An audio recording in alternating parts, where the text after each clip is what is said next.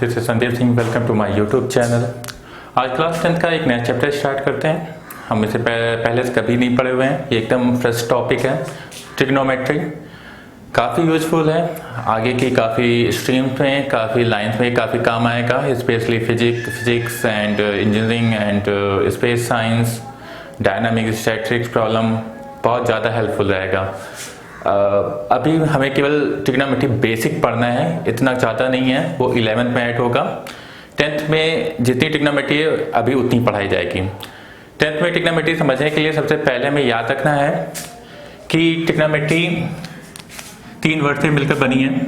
Try gun मेट्री। इनका mean है tri 3 gon sides and metric means measurement। 3 side measurement. आप सब जानते हैं कि ज्योमेट्री जो 3 साइड्स की हो उसे ट्रायंगल कहते हैं।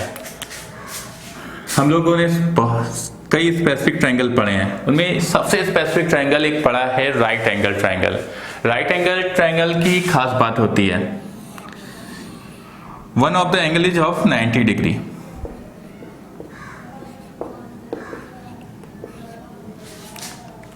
तो राइट एंगल ट्रायंगल जिसमें एक एंगल 90 डिग्री का होता है, हमें उसकी बात करनी है। पूरी ट्रिग्नोमेट्री राइट एंगल ट्रायंगल से एक तरीके से क्रिएट हुई है, उसके बाद ये आगे बढ़ती गई और काफ़ी कुछ इसमें इंक्लूड होता गया। बात करते हैं राइट एंगल ट्रायंगल की। राइट एंगल ट्रायंगल में एक एंगल 90 होता है, 3 साइड्स होती हैं, उन तीनों साइड के स्पेसिफिक नेम होते हैं जो करस्पॉन्डिंग होते हैं किसी एंगल के।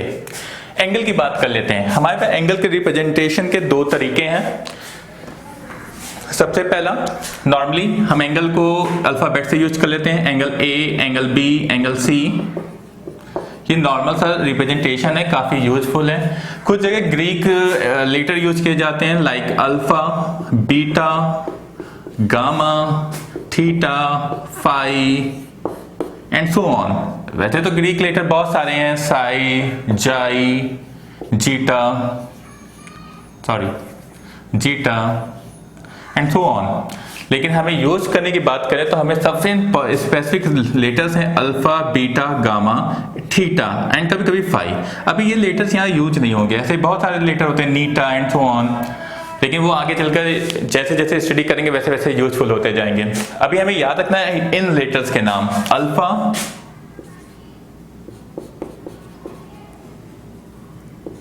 Beta, gamma, theta and phi. ये लेटर्स हमें याद रखने हैं, alpha, beta, gamma, theta and phi. वैसे साई, जीटा, जाई, नीटा एंड सो ऑन, तो इन लेटर्स को हमें ध्यान में रखना है। अब बात करते हैं एंगल्स की, करस्पॉन्डिंग एंगल। अगर हमसे कोई कहते हैं कि एंगल ए करस्पॉन्डिंग है, या एंगल ए को अल्फा बोल देते हैं, और अल्फा के करस्पॉन्डिंग हमसे पूछा जाए साइड्स के नेम बताओ, तो हमें याद रखना है 3 साइड्स हैं जिनके 3 नाम होंगे, perpendicular, base and hypotenuse.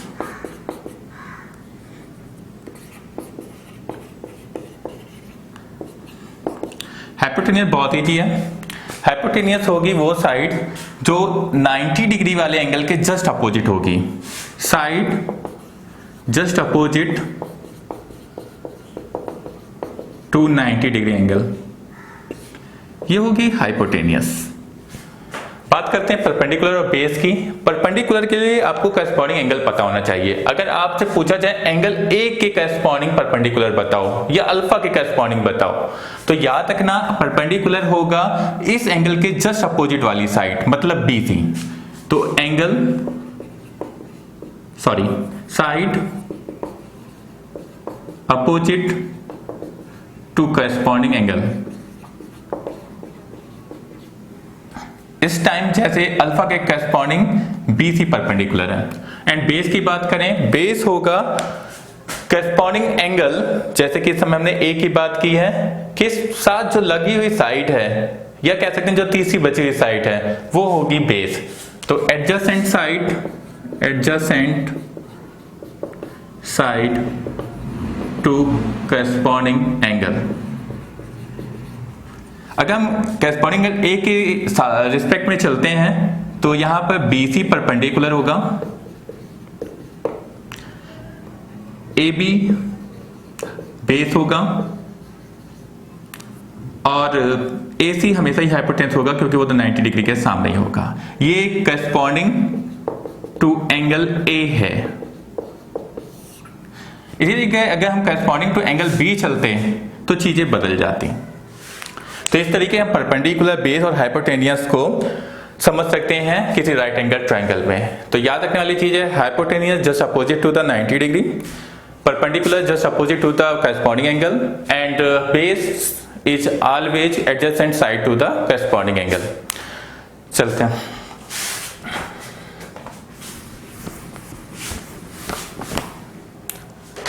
Suppose करो कोई राइट एंगल ट्रायंगल है, वो किसी भी तरीके से दिया जाए।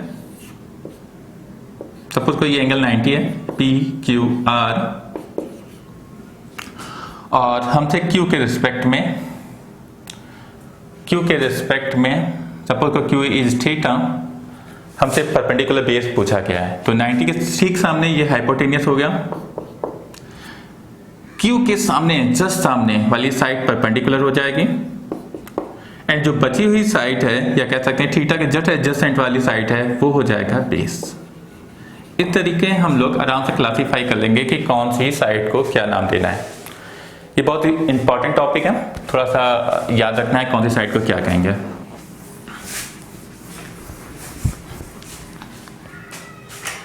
चलते हैं किसी राइट एंगल ट्रायंगल में। Suppose right angle triangle is ABC। यहां पर 3 साइड्स हैं, सबको पता है। अगर हम एंगल A के रिस्पेक्ट में चलें, suppose angle A is theta, तो सामने वाली साइड हो गई परपेंडिकुलर, ये हो जाएगा बेस, 90 के सामने वाली हाइपोटेनियस। तो 3 साइड हैं, हम इन्हें सिंपली P, B और S से डिनोट कर देते हैं, पूरा लिखने से अच्छा है। अब ये 3 साइड हैं perpendicular, base and hypotenuse.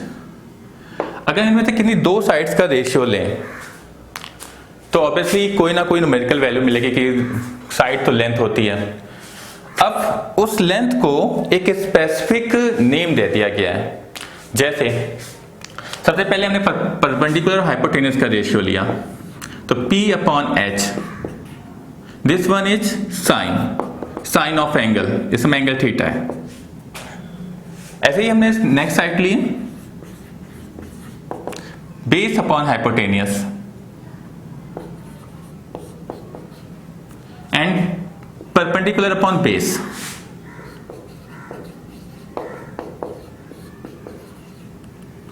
Sign cos tan, ये 3 ट्रिग्नोमेट्रिक रेशियो आ गए हैं। बात आती है sine theta.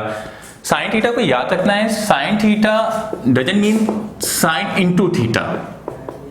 Sine is the operator, trigonometrical operator है, थीटा भी एंगल, ठीक है। तो ये किसी का प्रोडक्ट नहीं है, ये थीटा एक एंगल है जिसपे ऑपरेटर साइन लगा हुआ है। तो इससे साइन थीटा एक वैल्यू है पूरे की पूरी। हमें ये साइन थीटा को ऐसे ही बोलना है साइन थीटा, ना कि साइन इनटू थीटा। सिमिलरली 3 और होंगे, जस्ट रिवर्स कर देंगे, P/H को H/P and this one is cosec.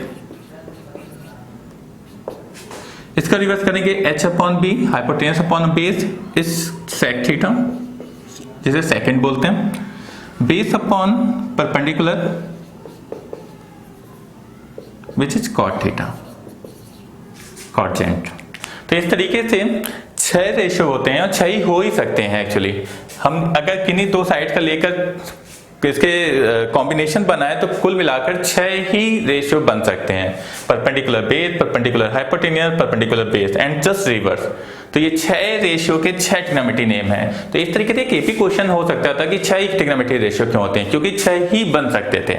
तो वो 6 के नाम है साइन, कोसाइन, कोसाइन को कोसाइन पूरा ना लिखकर केवल कॉस लिखते हैं, टेंजेंट, टेंजेंट को पूरा ना लिखकर केवल टेन थीटा लिखा जाता है, कोस कॉसेक पूरा कॉसेक लिखा जाएगा, सेकंड, सेकंड को सेकंड ना लिखकर केवल सेक लिखा जाएगा, कॉटजेंट, कॉटजेंट को भी पूरा नहीं लिखा जाता है, कॉट लिखा जाएगा।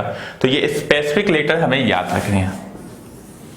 हमारी ट्रिग्नोमेट्री यहाँ से याद होती है। तो अगर हमसे कोई पूछता है कि sine cos tan cosec sec cot ये क्या है, तो ये ट्रिग्नोमेट्री ऑपरेटर है।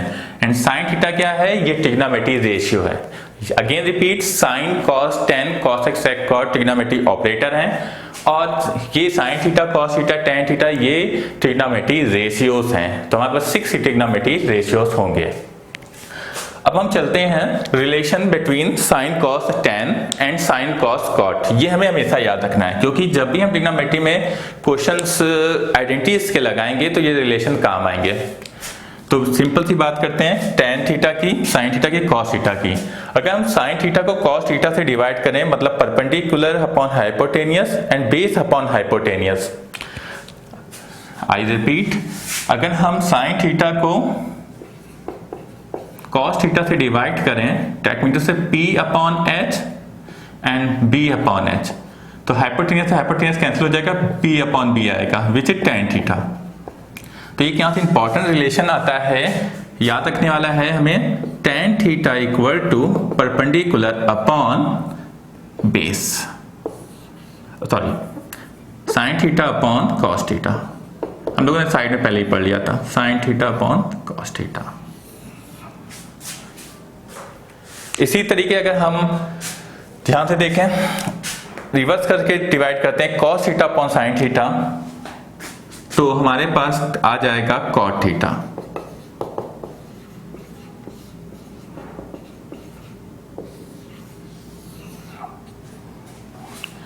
तो ये relation between sine cos tan and cos sine and cot है। हमें याद रखना है ट्रिग्नोमेट्री आइडेंटिटीज में जब भी क्वेश्चन में कॉट टेन आएगा, क्वेश्चन जब भी फंसेगा तो हम उसे साइन कॉस में चेंज कर सकते हैं।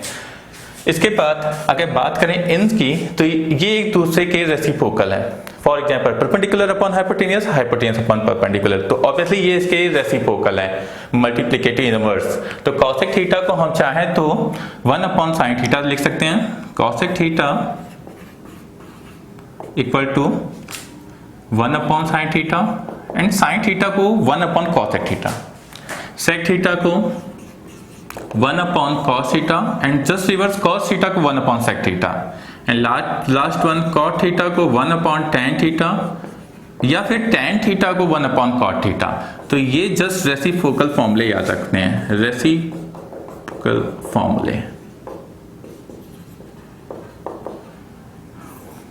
तो हमें याद रखने हैं सेट ये फॉर्मूले एंड ये। इसके साथ हमें इस राइट एंगल ट्रायंगल में परपेंडिकुलर बेस और हाइपोटेनियस देखना भी आना चाहिए।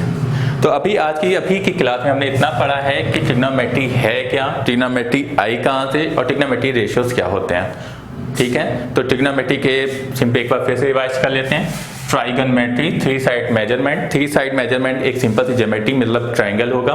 ट्रायंगल में सबसे स्पेसिफिक ट्रायंगल होता है राइट एंगल ट्रायंगल, और राइट एंगल ट्रायंगल में एक एंगल 90 होता है, उसमें 3 साइड होती है, स्पेसिफिक नेम होते हैं। 90 के जस्ट अपोजिट वाली हाइपोटेनियस, करस्पॉन्डिंग एंगल, जो भी एंगल लोगे, ये वाला एंगल लोगे तो इसके अपोजिट वाला परपेंडिकुलर, इससे लगा हुआ बेस।